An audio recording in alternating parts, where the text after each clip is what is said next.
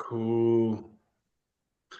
Okay, so what's up, everybody? Welcome to VAB, Unread Book Club. This week was my choice of a read by a professor of mine who wrote this article about management and enlightenment. And so I chose a few excerpts that I'll read. We can jump in, but really you can just jump in anywhere to discuss it or your thoughts on anything that comes up about it in favor of the article or in disagreement of some of the things in the article. Feel free to, state what's on your heart and your mind and any revelations and epiphanies and different things about the insights in there and things like that.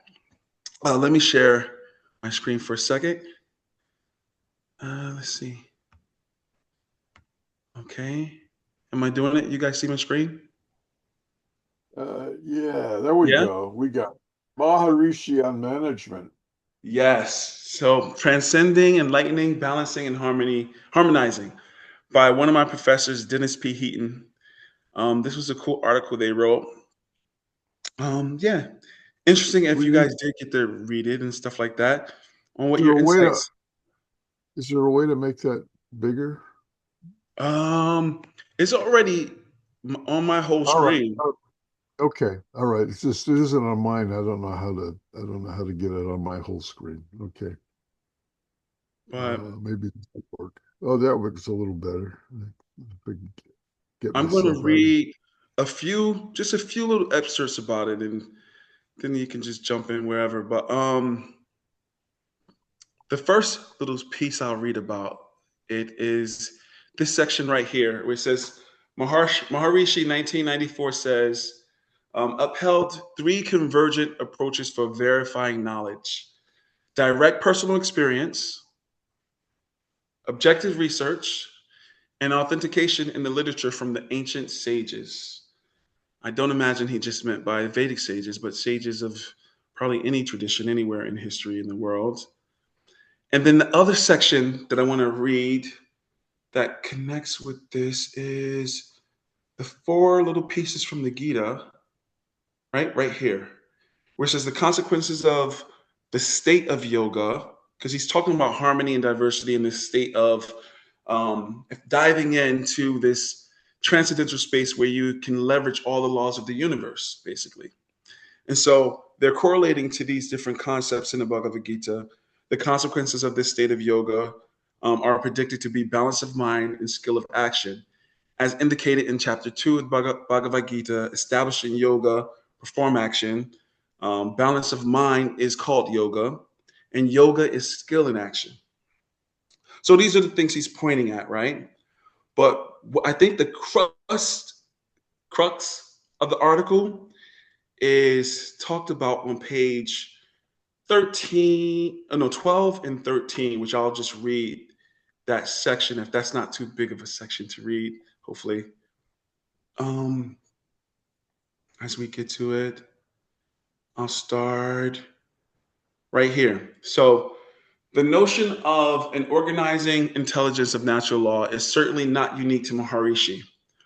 Harman presented the outlook of deep ecology, which goes beyond the contemporary scientific framework to a subtle awareness of the oneness of all life, the interdependence of its multiple manifestations, and the irrepressibility of its tendencies towards evolution and transformation.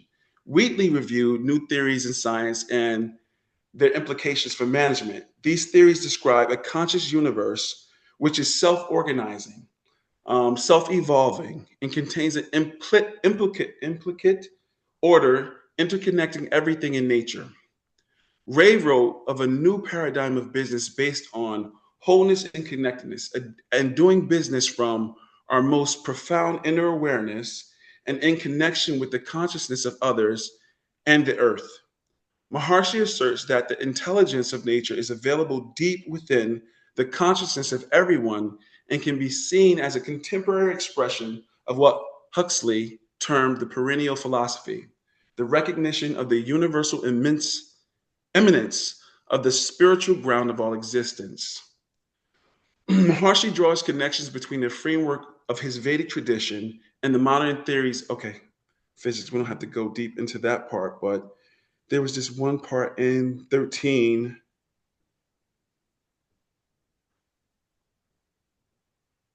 I don't know where I saw it. Oh yeah, here we go. Maharishi frequently referred to a particular verse from the Rig Veda, which is part of the Vedic text, which identifies transcendental consciousness as the home of all the laws of nature. It says the transcendental field, the self in which resides all the devas, the laws of nature, the impulses of creativity and creative intelligence, the laws of nature responsible for the whole manifest universe.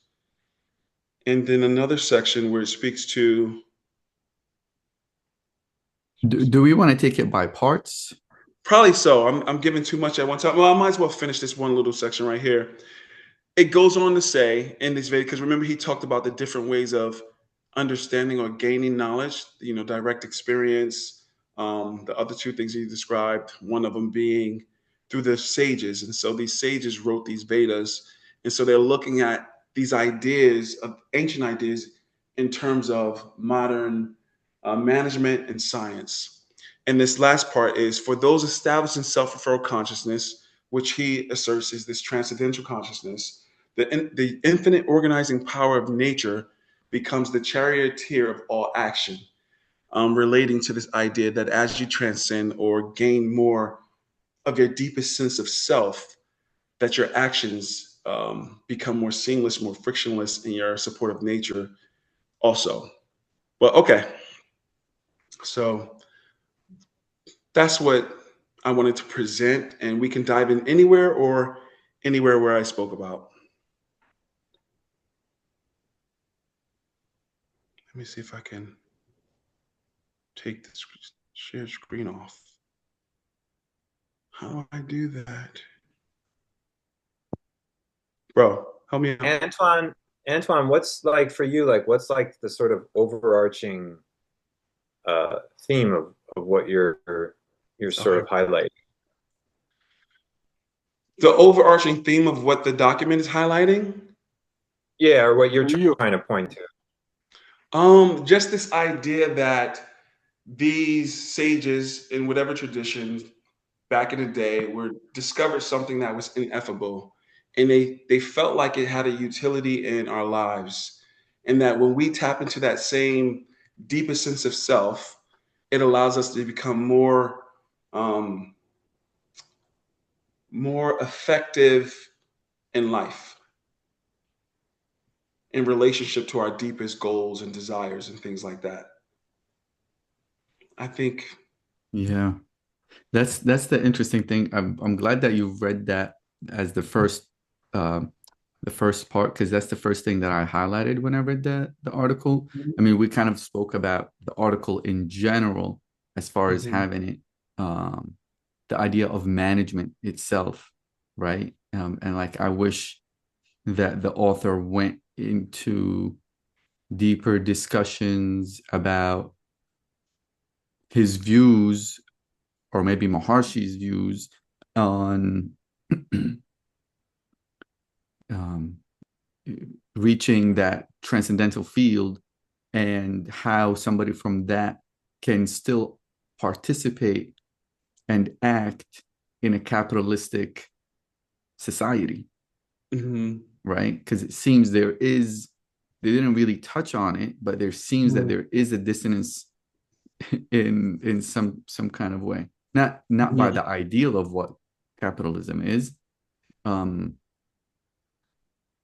but I wished in that one of the first thing that you read when he says the upheld three convergent approaches for verifying knowledge. I Mhm. remember I wrote a comment on asking about number three, which is the one that you just spoke about, authentication in the literature from the ancient sages. The first two seem okay. I can understand, right? Direct personal experience, Mhm. objective research. Mhm. What do you what is the what is the meaning of authentication in the literature from the That's ancient fiqh. sages? It's like fiqh in Islamic jurisprudence. Yeah, The, which the, that is threefold variant is right out of Shankara's Vedanta, and of course the first two aren't too problematic because they deal kind of with our experiential and empirical way of trying to understand the world. The question of authority comes up, which is, and of course, the authority was the Vedas, and that was what Vedanta means. It's a commentary on the Vedas, which were these, and that's the whole issue. There's a very elaborate hermeneutical tradition in in many of the religions, but in the Vedanta itself, in which they argue and explain why these words of wisdom from the sages need to be honored in a way beyond a way that would honor um, words from our contemporaries, sacred. So that's in other words, sacred language. The same way that some people read the Bible, some read the Quran, or some people read poetry. Take well, this, which is that's sacred. yeah, that I mean, I can understand kind of like what both of you what you shared, David and Paul, right? Like fiqh or authority. But here it doesn't seem like it fits, right? Approachings of verifying knowledge, and I'm gonna read, let's say, Islamic fiqh or theology or well, what did he say? He has it written as authentication in literature from ancient sages. Um, some Well, about that. that's the text. That's the sacred text. It would be the Quran, which is the pre-existent Quran, which was one of the ways that was made that raised the text to something that existed in heaven before time. Right. Well, the same thing with the Vedas. They existed before time. They become these, they become not only poetic suggestions as we might take them, but they become mandates for the shape of reality. And when you think about it, all of our languages are based on this stuff. There's an elaborate. I think Well, I can go off in 15 different directions now, so I'm going to stop. I think that like Uh, I mean if I'm hearing what you're saying correctly, oh, like you're speaking to like oh well you tell me if I'm hearing you correctly. Are you pointing at the possibility of giving our sovereignty over to these texts that he's saying these sages have written? What exactly are you saying about that piece? Well, okay. the Well, idea Wait, let that him finish, Paul. wait, what? Finish go talking. ahead. Oh, yeah. So the idea that he says verifying three convergent approaches of verifying knowledge. That's the like it seems like direct personal experience can verify knowledge because there's subjective, objective research, maybe using of scientific methods, right? That's like, okay, there's still, or let's say they would call it in Sufism a process of tahqiq, verification, right? Yeah. You don't really take it on as a sacred thing until you verify it. Mm-hmm. But here in the mix, he's putting literature from ancient sages. Yeah. It seems like the personal experience and the objective research is to like it's its own little thing, and then the other one is just a Is world this of its own. is Do this you mean verse? you mean they subordinate to the third one? You're saying like you saying like it implies the third one's the most important, or No, the other way around. other way around? Mm-hmm. Yeah, I And mean, I kind of get that feeling to some degree too, because if you're coming from a non-localized specific view, right, of truth, then referring to traditional text isn't necessarily the end all be all, right? Because like if I don't hold the view of Islam, for example, or the view of Hinduism, I don't actually care so much about what the Vedas say about things. I might, they might say some things that I kind of agree with, but I might also disagree with that. In that case, that's not a great source to verify my knowledge, right? Or especially if I disagree with some aspect of their view, then it's even less important to me. When But I read, sorry. But what I just want to finish is there was the piece in there that talked about interdependence, which is very important because there's an interdependence of ideas. Things don't grow in a vacuum, and things are shared widely. And just because something says something a certain way doesn't mean that you can then come from another place and read it with that view and really understand what it's saying. But you can investigate, you can sort of like try to dig under the hood, try and understand what is at the crux of what they're saying here, because there is an interdependence there. Like I always like am sort of baffled when I read, like, say, certain Buddhist texts and compare it to certain Sufi texts, and these two things stand in such opposition to each other in terms of like, is there a God or not a God? And they're saying the same exact thing. But what it requires on me is to sort of like let go of biases that are put in place as a result of subscribing to a certain view.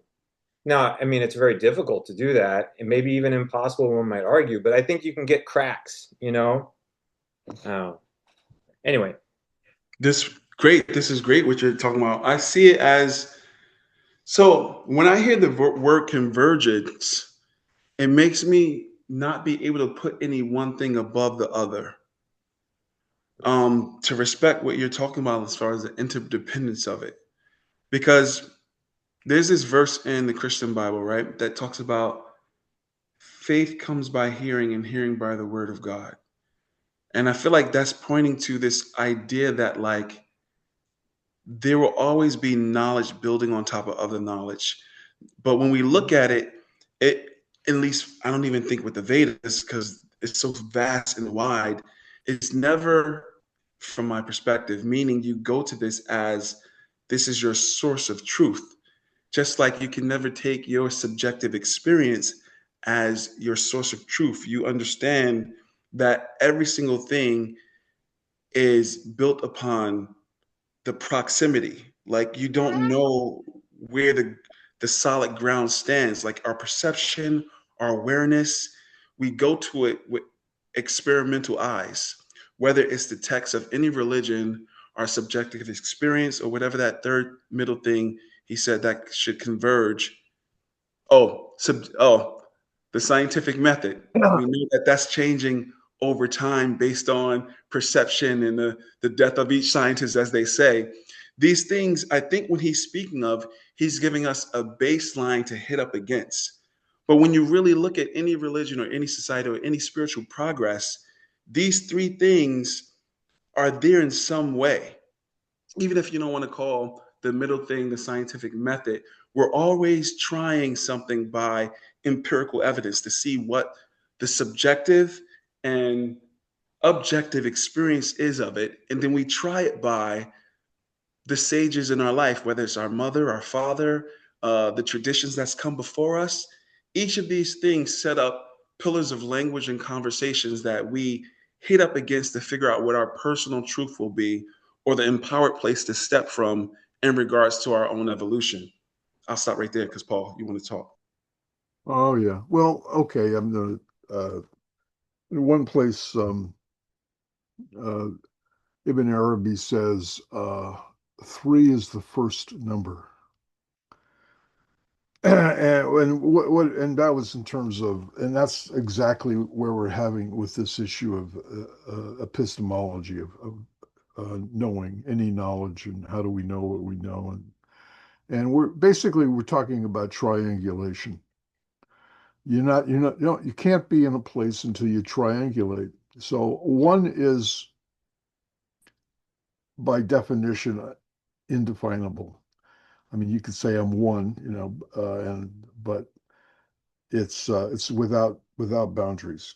It belongs to God. One belongs to God, and we're all in one. So what are we going to do about it? Two is considered the great duplicitous number. In some traditions, two is the devil. It's the opposition. It is the bad guy. We don't necessarily have to get into dualism, or we can fight about it if you want. But the point is, you got two. So one and two don't do too well alone. Therefore, the first number is three. And Ibn Arabi obviously wasn't a Trinitarian, but the first number is three. And by that, if you want to locate yourself somewhere, you need a third. You can't locate yourself without this third for triangulation. So we're just talking like how to read a map, how to know that we're in a place. So we're all in our place. So in order to be in this place, we have to be three. And thereby, that is knowledge, or an aspect of knowledge, and that is the field of knowledge. It's the field of experience. This is phenomenology. An old guy, was it Casey? Was it Edward Casey? No, that wasn't Edward Casey. Uh, he's a phenomenologist. He did a whole thing on place and space, and the whole it's this experience. This is a universal experience of consciousness, of being consciousness within the world.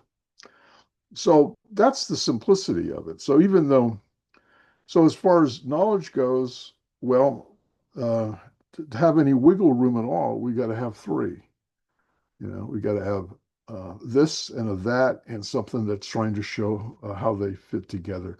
Language works that way.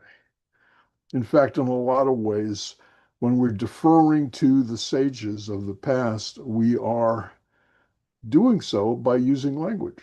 I mean, we supposedly understand each other here because we all are using the same language, but if we got into the nitty gritty of it, we each have an idiolect, which is our own private language of experience and association.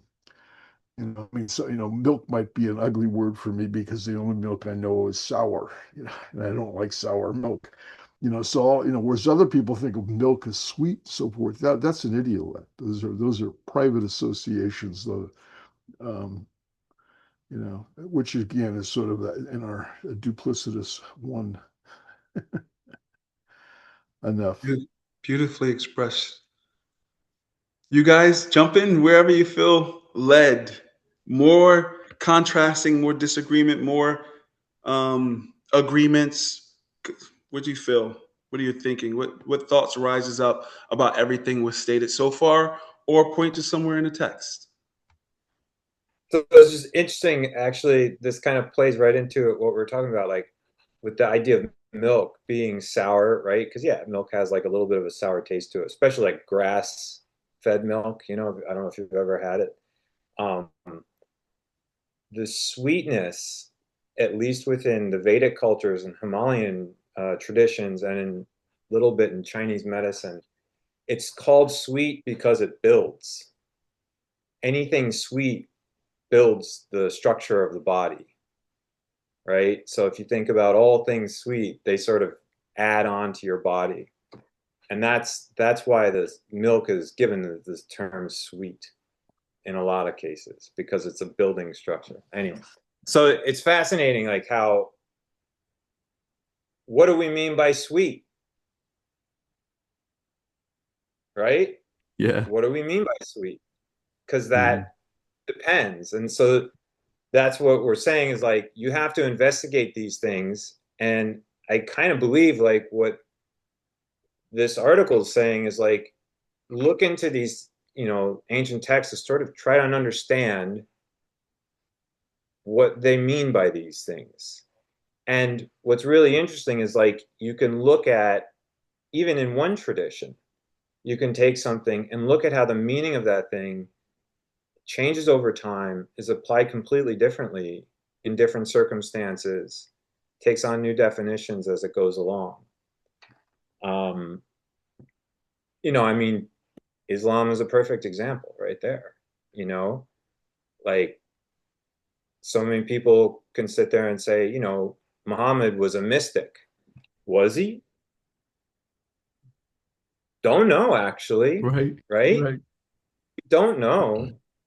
He is attributed some things that some later mystics took and like really ran with, and it took them really far out there. But does that mean he was? I don't know. I mean, he was a military guy too.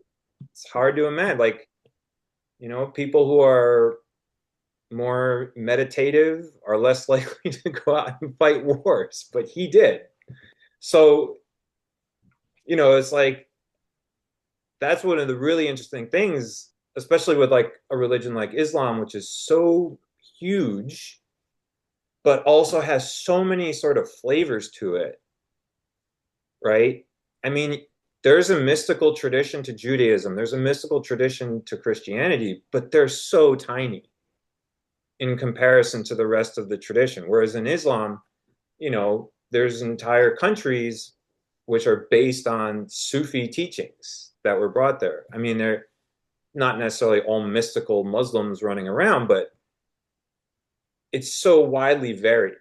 It's almost impossible to sort of point at something and say, that's Islam. Right.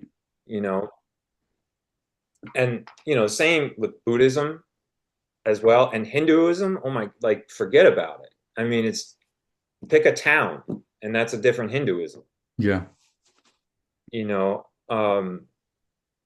So for me, that's always been sort of like a sort of fun thing to do, is to sort of like, okay, so I have the meaning of this thing now as it's delivered to me. Is this what it always meant? Where did this come from? Like, what's behind it? What's it standing on top of? It doesn't necessarily mean I'm going to change the way I think about it, but maybe I'll get a broader perspective.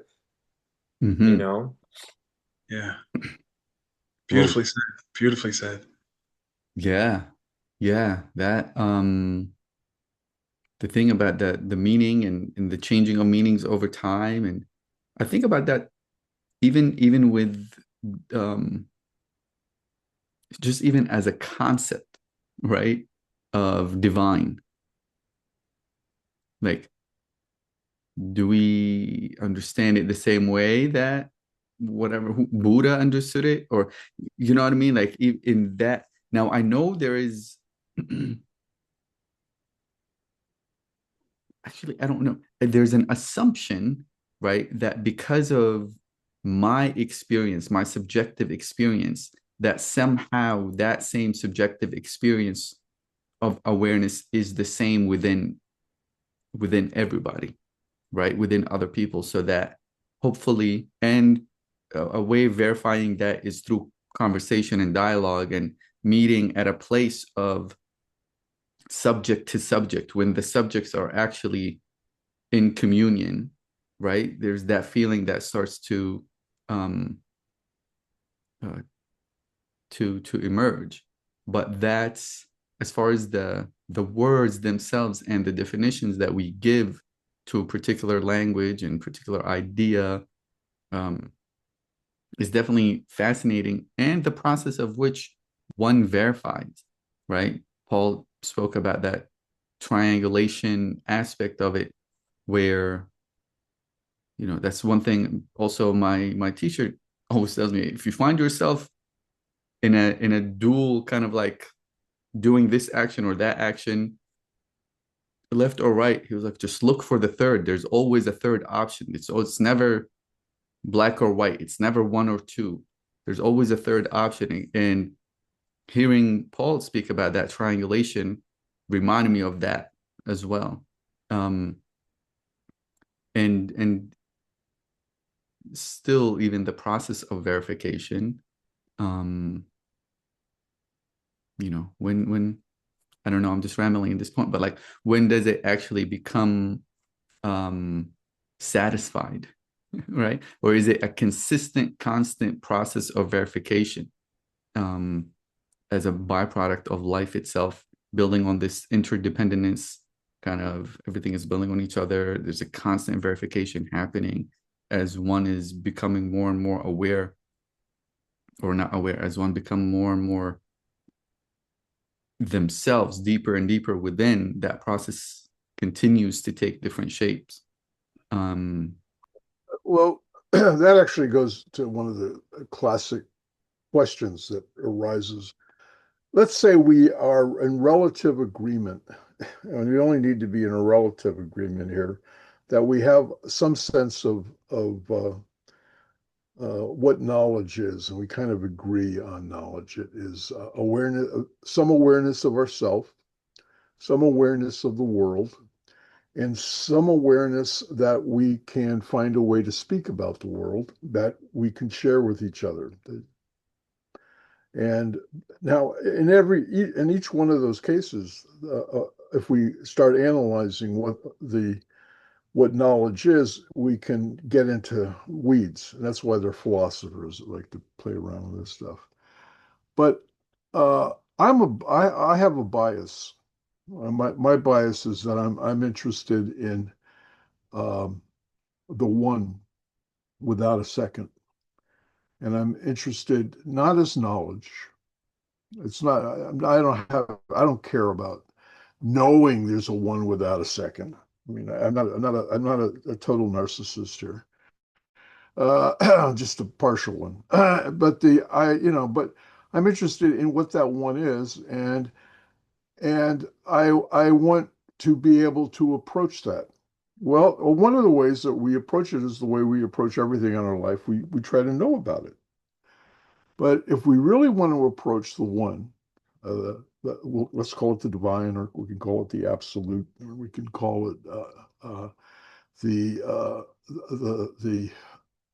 liberation of enlightenment, in which you're no longer stuck in false dichotomies, where you're bouncing back and forth between this and that, like a ping pong ball getting battered around from one thing to another.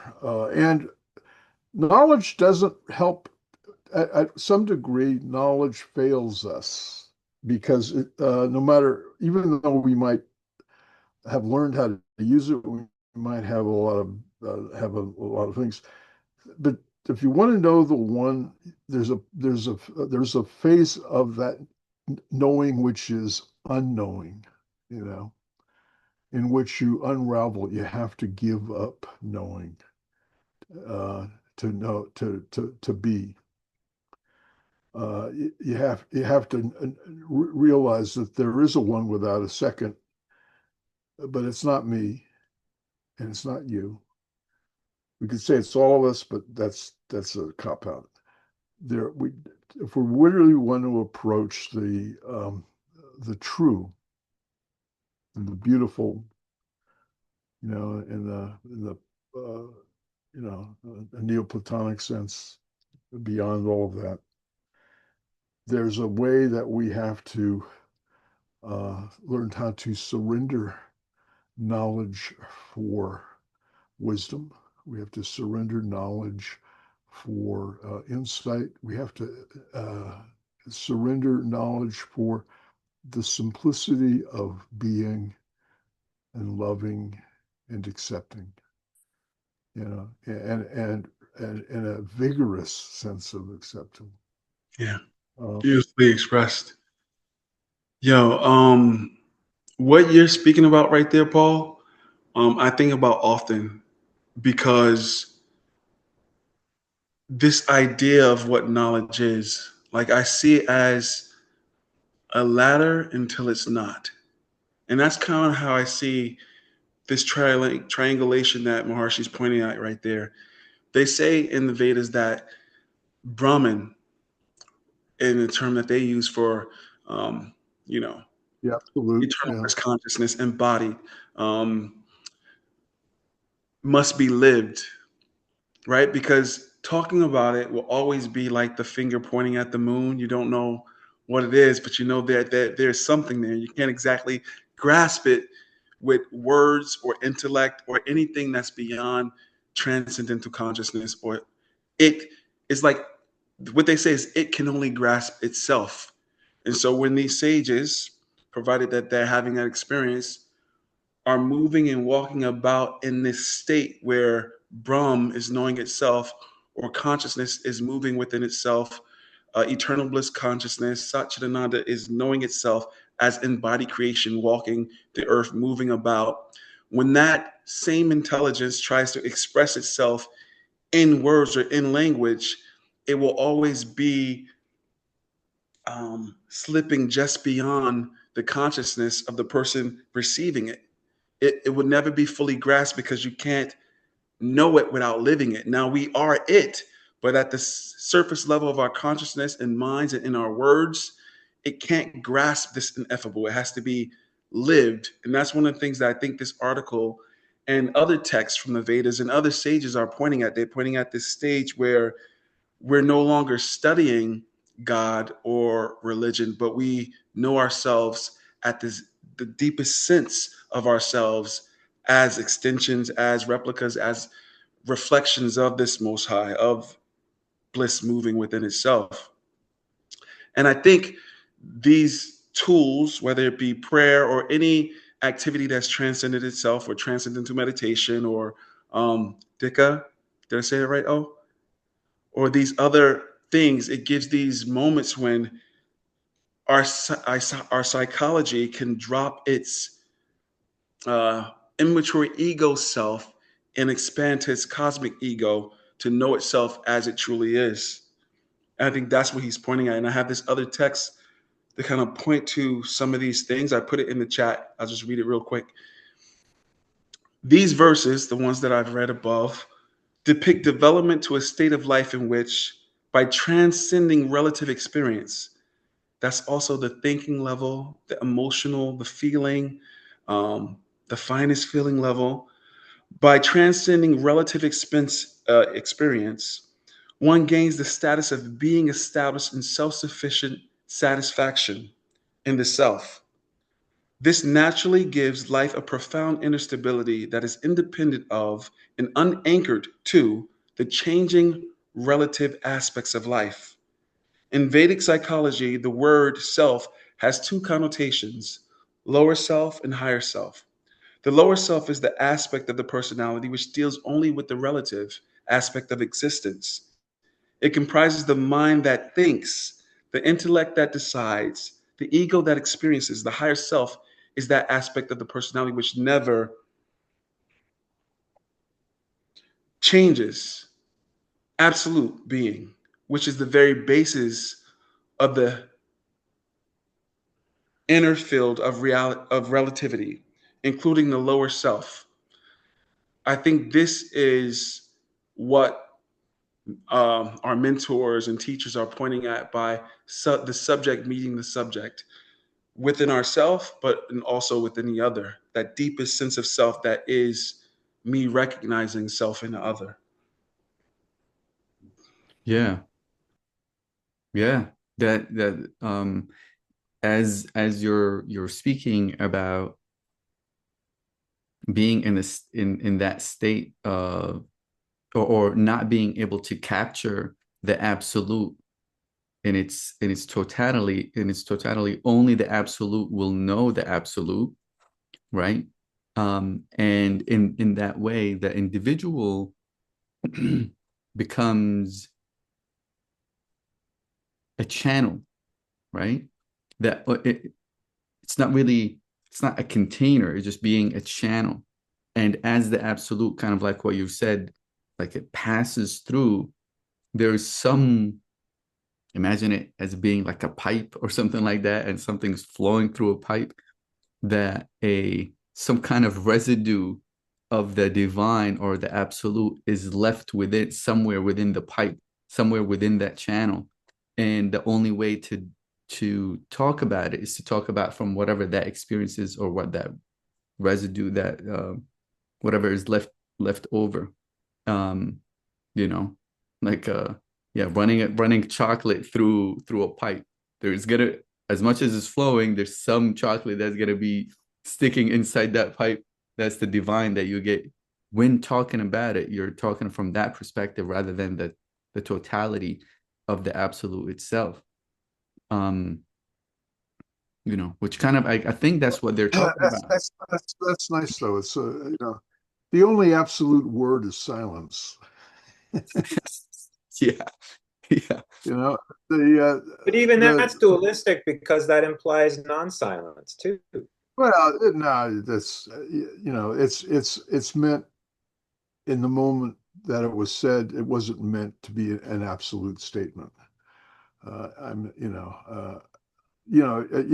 can, that's just, adding a shadow to a shadow doesn't bring you to the light. The, absolute is I like the term myself, but and most people you're going to talk to in the quote real world that aren't sitting around reflecting on, oh well, I haven't really had my breakfast cup of joe yet because I haven't affirmed that the only existence is God and I'm not outside of her.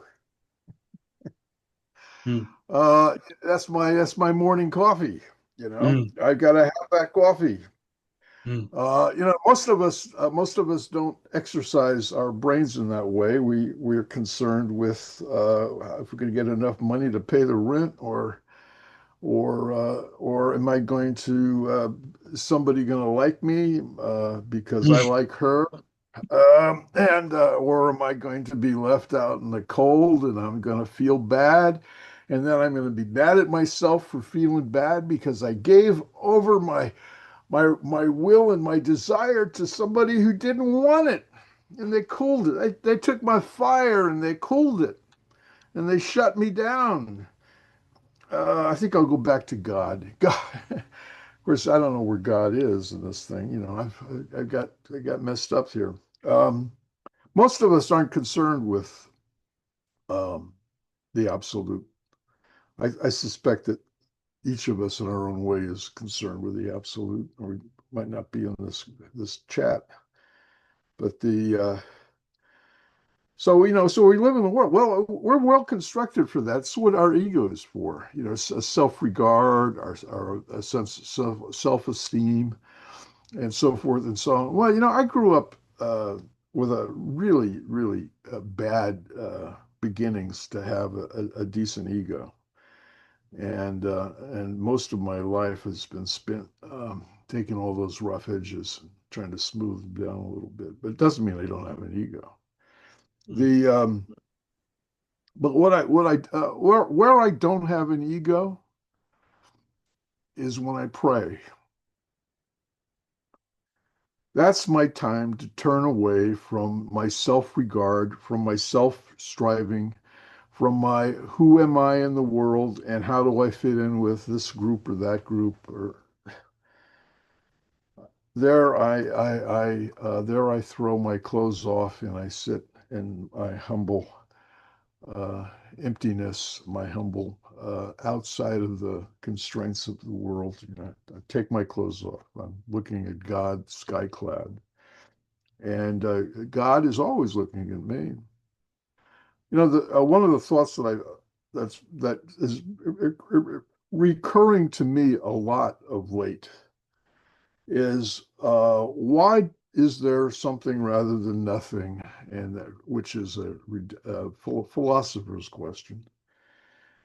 But that's not the question you ask when you go to God. You don't go to God and say, "Hey, God, why is there me and you?" And God says, "Well, I don't really see anybody else but me." You know. And well, oh, I mean, what I mean, Well, what am I going to do? God just completely annihilated me. You mean there's not two? Not that I see. No, God doesn't see it that way at all. But but I,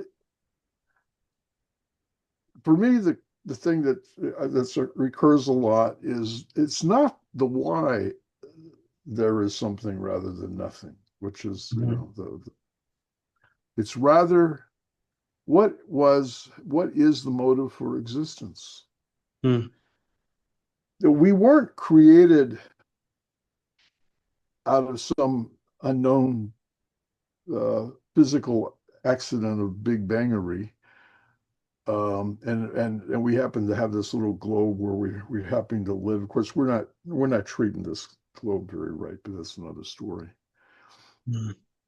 Mm. God created the world so that God could see God's self in the world as a motive to love. Mm. Love requires a lover and a beloved Mm. and, and a loving. And that is the purpose of creation, to discover that source of love, which is the divine, which is outside of our language games, and say, yes, yes, yes, let love um, uh, make me over. Let love take this stupid ego, which is ridiculously finite, uh, that's connected to this body, that is connected to this, this gnat's length of time of life. Because I'm old now, so I realize how short life is. I'm gonna You jump in guys a might, little bit, Paul. It's okay. yeah, I wanted to make sure that we got in. Well, first of all, what you just described and just discussed was absolutely gorgeous, filled with wisdom and insight. I know you don't need me to say that, but I just wanted to express that. Um, from RM, she put a comment in the chat. Can subjective experience be infinite? So, in our human perception, it cannot be calculated. And David wrote, probably depends who you ask. Is consciousness continuous? Does it have a subjective experience? RM, did you want to take a moment to tell us where you were coming from with that? Do you feel comfortable?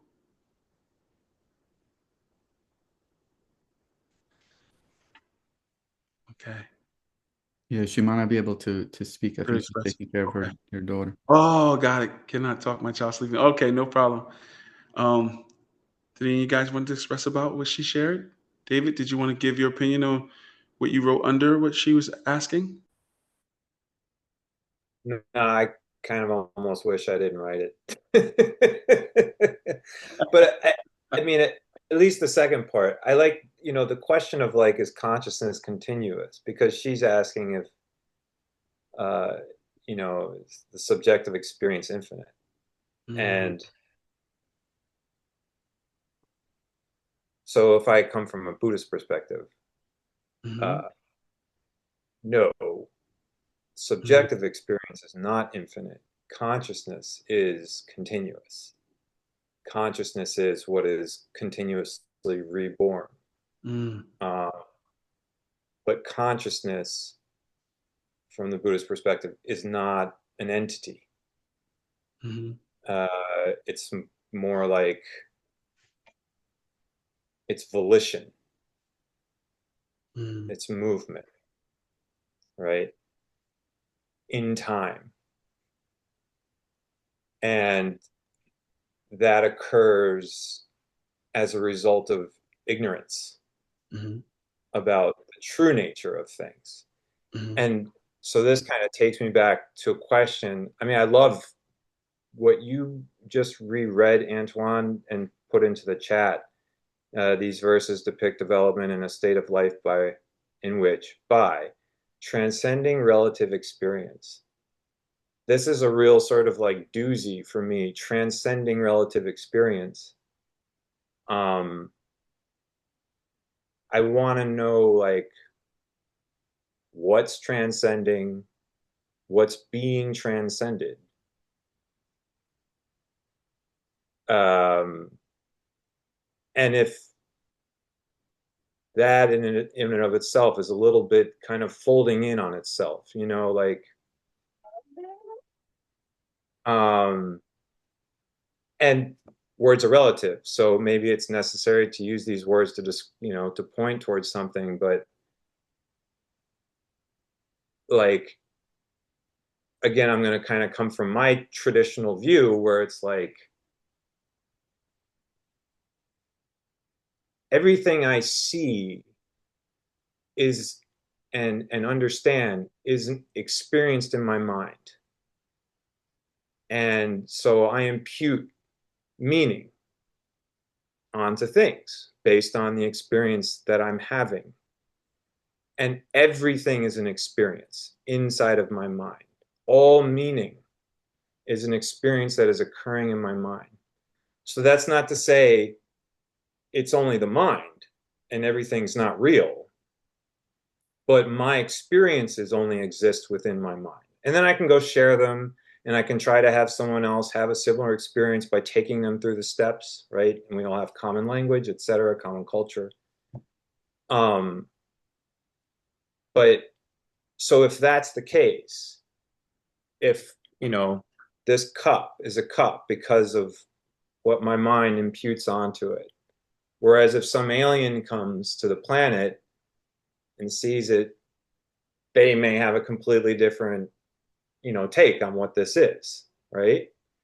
Or if I take the time to sort of like, well, what is in the cup? Oh, it's like molecules, blah, blah, blah, blah, brought together in a certain way, you know, or the table or a car. At what point does it stop being a car, right? Well, when I take the wheels off, still a car. When I take the axles off, still a car. When I've taken everything and it's totally indiscernible, well, then it's no longer a car. What is it, you know? So what is transcendence? What is transcendence if not just an experience? You're not actually like. Paul, he's still talking. I know you're excited. You want to get in, but let me just like sort of work my stuff out. You know, we all got to do it. And so this is something I'm always sort of like struggling with, about this idea of transcendence and the sort of implicit dualism that exists as a result of that. And that is to say, this bad, this good. And that is what makes our relative experience good and bad and neutral, right? So objects still exist. I still exist in life. Everything's there in front of me, but my experience of those things change. And to me, that's sort of what like transcendence is. It's not necessarily some sort of like rapture, something like that, but more of just like an understanding rather than knowledge. It's wisdom. Knowledge is finite, right? It's knowledge of that thing, knowledge of this thing, etc.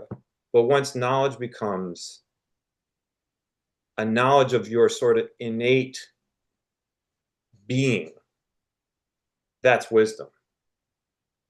And so it's kind of not really resolving for me. So I'm just going to like leave it there. I think there's a few open-ended things that I'm saying, but yeah. All right. Paul, you wanted to jump in there? Well, yeah. David, you switched terms on yourself a couple of times there, which is where I was trying to intervene. You know, when you're doing the infinite regress thing, you know, the analytical regress thing. If you know, where does a car stop being a car when when you take it all apart? Where's the carness, which is a classic reductive technique that people have thought about forever, and it's useful to a degree. And then you switch terms back into wisdom. You actually made a couple of other turns there, but I'm not going to remember them all. The point being is, and then you got to wisdom, which is where you have some placation. Okay, we're in a field of experience. And a good part of the field, it's not me. If I'm a flower in the field of experience, I'm not the full field. I'm just one of the flowers. And am I going to be satisfied with that, or is transcendence somehow being outside of the field and no longer being particularly happy with my flowerhood?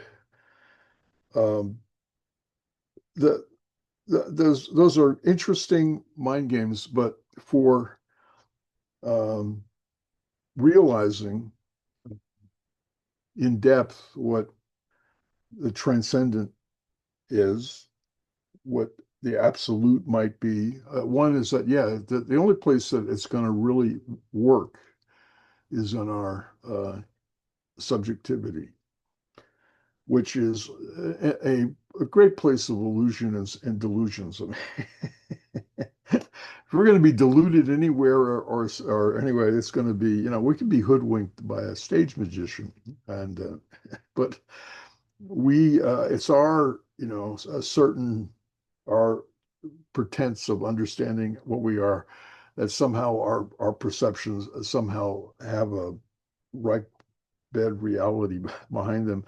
Well, we're asking for trouble for a variety of reasons. It's sort of like it's like that famous guy. My finger points to the moon. My finger itches. I'm going to go scratch the moon. So the the thing about subjectivity is it's only acts as a real guide, because it's where quote awareness seems to exist for us in ourself. I can't participate fully in your awareness. We can entrance each other to where we experience the same emotional field, and it was just a deeper sense of togetherness. But that's that, which is a function of the community of consciousness. But that's not.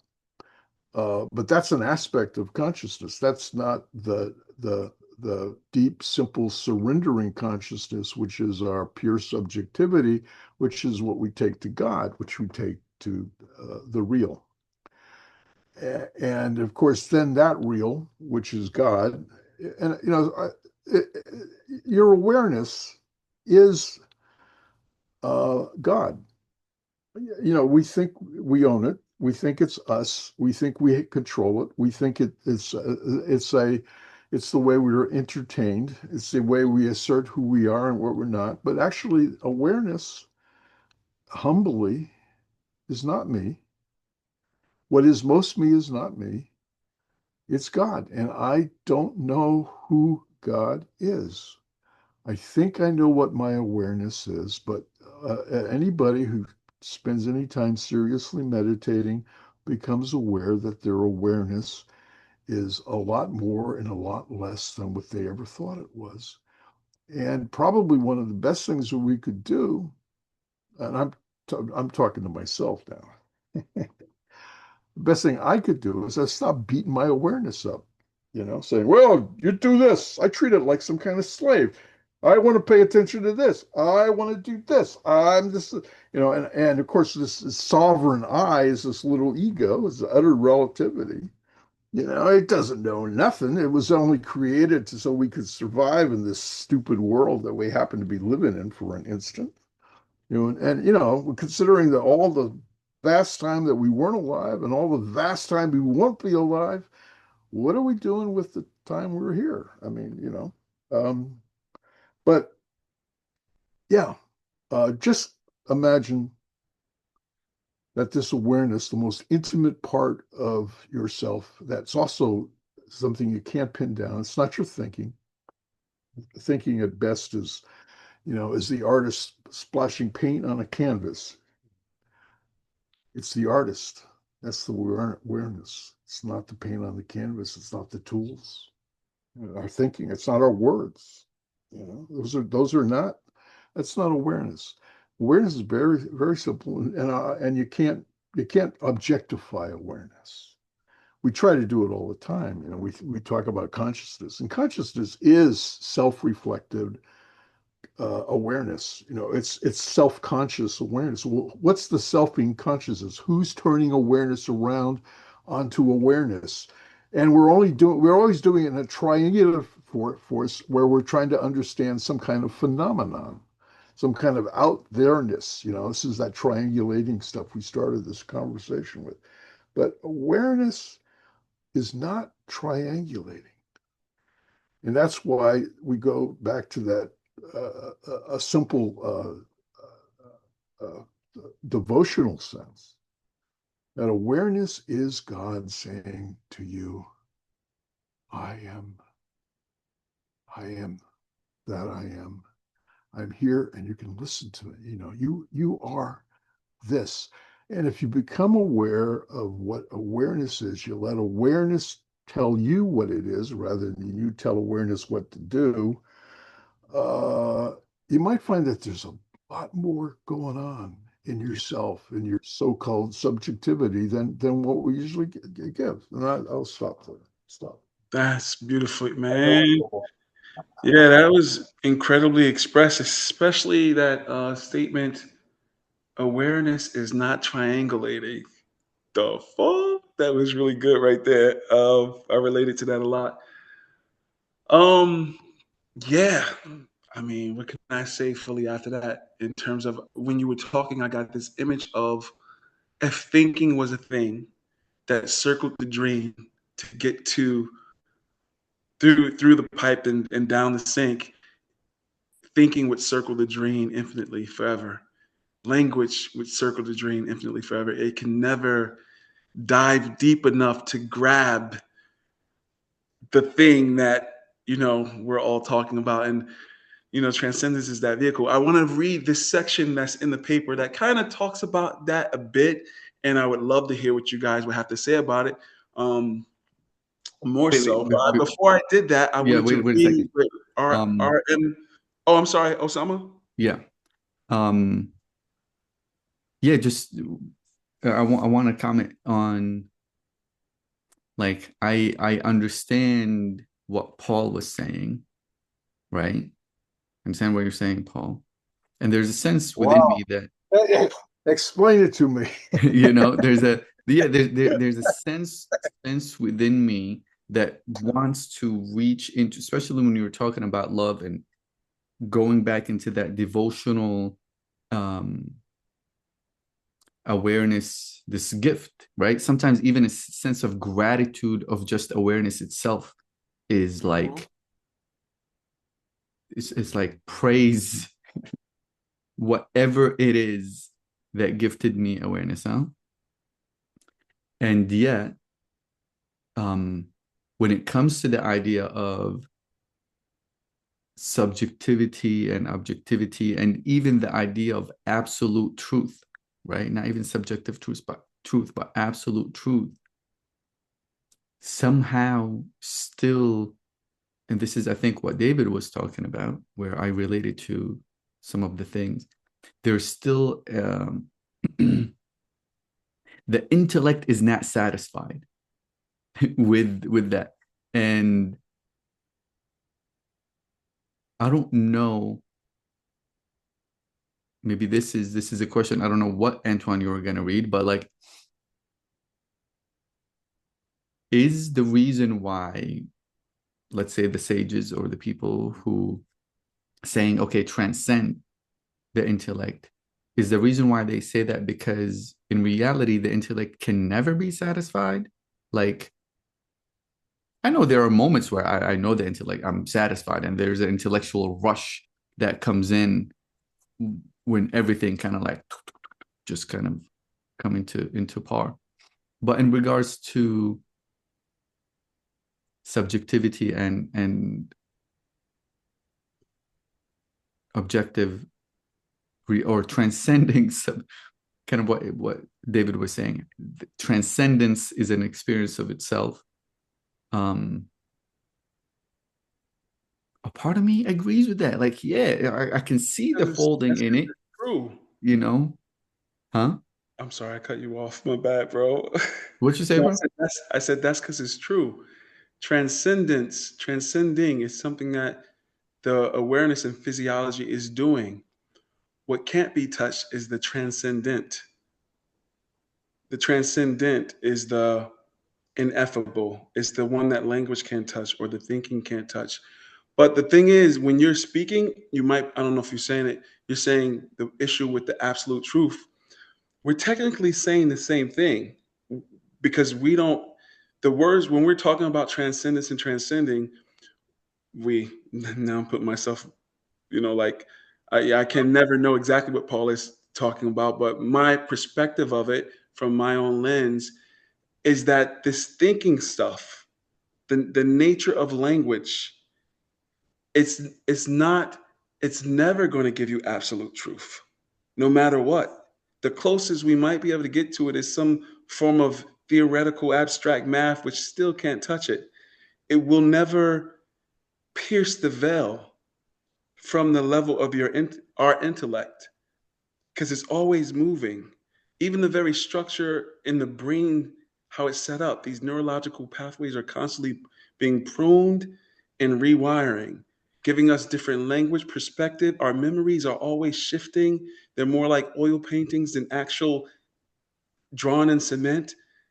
There will never be concreteness of absolute truth, which is the same thing we're saying, but we're saying it because this hardware is not designed to be able to speak it from a level of language. That's why the poets are reaching to it with the poetic and the imagery and trying to give a sense of a feeling of a transcendent moment that you slip through. Your psychology, your emotionality, your intellect slips through just for a moment and tastes that infinite abstraction. But before then, anything and everything before complete absorption and saturation in that infinite abstraction is transcending, is known as an experience, because the physiology is knowing itself as a result of this effect, and less and less metabolic states of expression. But I just wanted to say that real quick. But I also wanted to share, if it's still necessary for me to share it, the piece that Maharishi is talking about the transcendence, and see if it gives a little better direction at what it is. But ultimately, even in trying to speak about and express it, one would have to just defer to your own moments of having it, because I think you might have said earlier, Osama, how can we be sure that the transcendent nature that we're speaking of and experiencing in this day is the same thing that these sages throughout history have been experiencing? And it always comes back to what Maharishi is saying in this article about self-referential consciousness. It has to, Brahman, the absolute has to be lived in order to be known. But before then, it will always be the back and forth on the superficial or surface level of the mind, the intellect, and emotionality. That's why those sages who are in different traditions, whether it's Islam and Hinduism and Baha'i and everything, those who tap in, if they're all sitting at the kitchen table together, will realize, oh shit, we really talking about the same thing. Oh, okay, I know, and I know what you're meaning when you say this, because it will resonate with the same experience of transcending. But ultimately, they'll know it's just a finger pointing deeper, deeper, a little bit closer at the moon, circling the dream a little bit closer, but it'll never dip down inside of it, because that is the transcendent, that is that infinite abstraction or love curving back on itself. This is all through my lens, of course. But I wanted to read some of what RM was saying and that little thing, and then Osama and David. David also has something to say. Okay, let me read this really quickly, though. Okay, so can I tell my child sleep? In consciousness, we have subjectivity and objectivity, right? And subjectivity is to understand a different aspect of knowledge. Consciousness requires both. Conscious requires both. However, calculation of subjectivity is hard, except maybe if we take it phenomenological. Okay. I wish you could speak so you could tell me more of what you're saying. But okay. Um. Oh. Oh wait. Did she say something else? Okay. Let's see. David. Okay. David put thoughts occur in awareness. No, he just has he has his hand up. I know, but I'm reading text, and then I'm going to read the statement from the thing, and then I'll turn it over to him. Oh, unless you want to read it once we talk, David. Hold. Let me just read this thing real quick, because I had before I forget. Now, again, if we're saying this is not absolute truth, this is all approximation. What could happen, what they're pointing to. The studies of peak performers have been one angle through which Western research methods have considered the theory that the integration of transcendental silence and dynamic activity is inner condition for achieving success in management. So in this space, they're not just talking about transcendental consciousness, but they're talking about transcendental consciousness during activity, which is adjacent or like that state of the zone or flow, or also if you're established in this state with transcendence and activity together, the Maharishi's paradigm, he thinks of it, or he calls it in his model, cosmic consciousness. Harung point out that while such transcendental experiences are found to be spontaneously present in peak performers, the widely researched transcendental meditation technique, again, transcendental meditation is any technique or activity that transcends itself, but here they're talking about the TM, trademarked TM, appears to be a practice that could be adopted by managers to enhance transcendental experience and performance. So TM is normally practiced for 20 minutes twice daily, sitting quietly with eyes closed. In this technique, a specific sound or mantra utilized for its sound value without reference to meaning is used to shift attention away from its habitual outward direction. The habitual outward direction of attention is emotionality, is thoughts and thinking, is the distinguishing and deciding aspect of our awareness, our psychology. Those are the habitual outward direction. Am I liked? Am I those kind of things that someone pointed to earlier?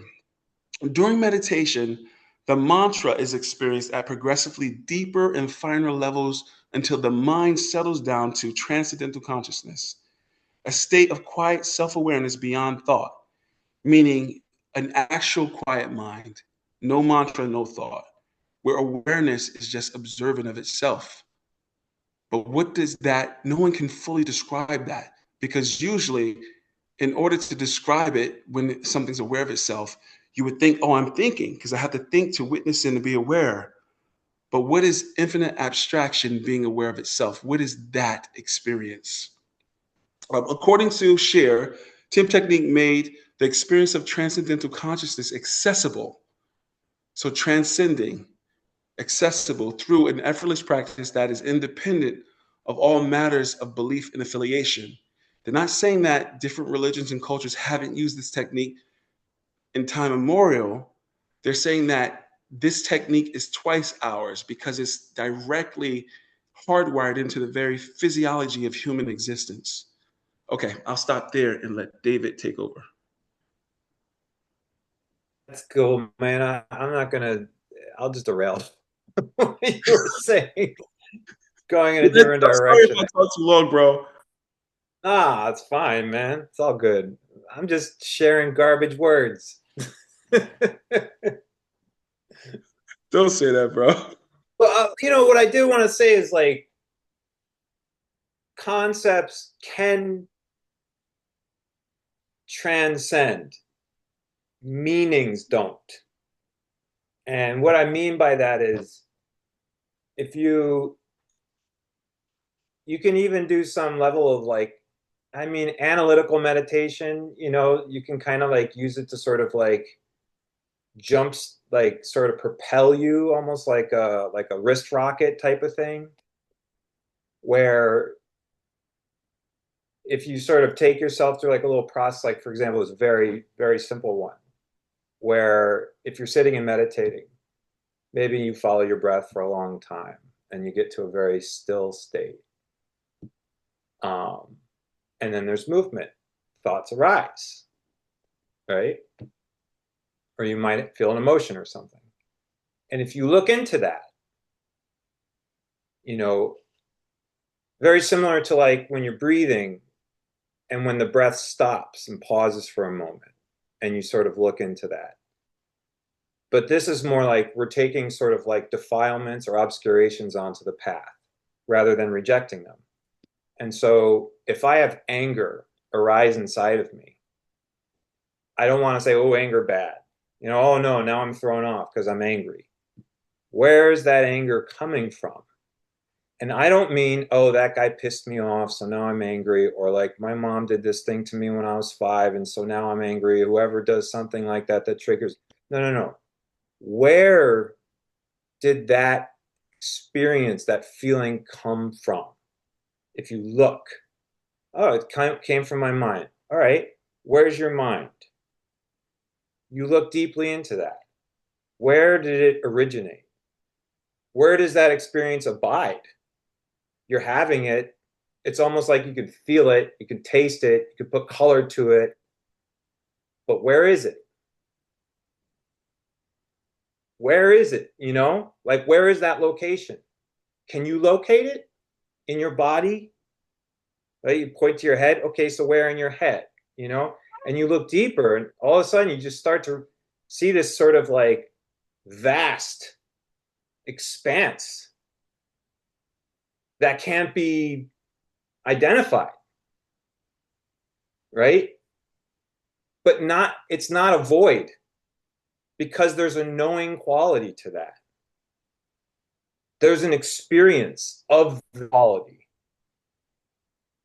And so that's why I like, you know, was kind of like asking you, like, what is transcendence? These things aren't really to be transcended. It's just to be understood differently. Maybe that is what transcendence is. I'm just sort of plucking at hairs here, you know. Anyway, I don't want to drill too much. I need to go attend to my father, and I'm sorry I have to like step away. But thank you so much for the really wonderful conversation, you guys. Well, thank you. Oh my Thank God, you, it's David. 9:30. I didn't even realize. You're Thank going to miss my Yeah. parting shot, then, David. I'm sorry. Well, I think we. My dad keeps texting me. He's like, I need your help. Take care, guys. Yeah. Take care, bro. Bye-bye.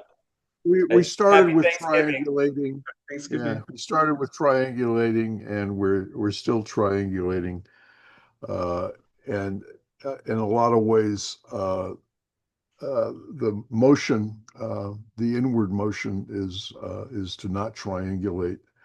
But I wanted to. I know you like this word ineffable, and I happen to share with you a quote. It's very brief, and I'll share it with you now. Thank you. This is from Augustine. Hey, I don't see you shared it in the chat, Paul, because I don't see it. No, I didn't put it in chat. I'm just going to read it out loud. Oh, But I'll tell you where it's from. It's from the Doctrine of Christianity, Book 1, Chapter 6. And I'm not going to read the Latin because I would mispronounce it anyway. So the English translation is, and I know you like that word ineffable, but Augustine said, "For God is even called ineffable.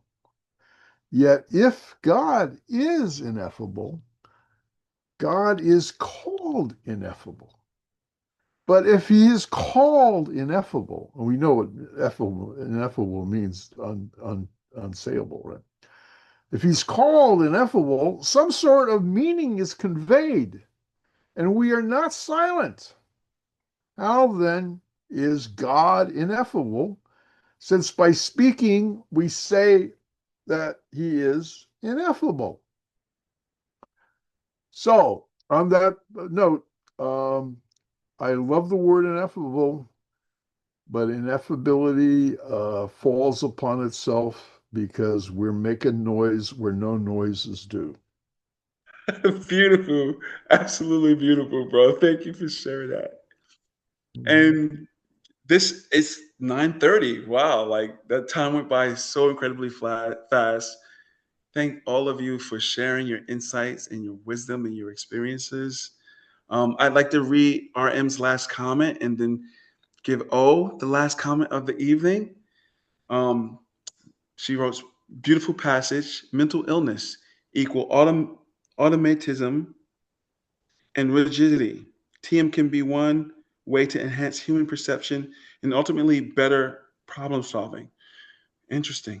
I found that to be the case for me too. And also remembering that TM is any activity that transcends itself, innate to our physiologies. TM trademarked is the method and technology, a system of way of doing it from Maharishi Vedic science. But this is natural to our nervous systems. And she also wrote, what I understand is we cannot stay at one place, whether in subjectivity or objectivity, but more in continuity. And if we decide to stay in one spot, that's when it becomes problematic. I feel that. Oh, Boogie? We're still triangulating, huh? Mm-hmm. You want to close us out, bro, or say anything? Oh, good. I love you. Thank you so much. Love you guys too. Love you too. RM, Paul, beautiful expressions. David, beautiful wisdom. Thank y'all all for a wonderful and beautiful night. Thank you for being with the text, for being with us. Have a beautiful holiday and see you next time.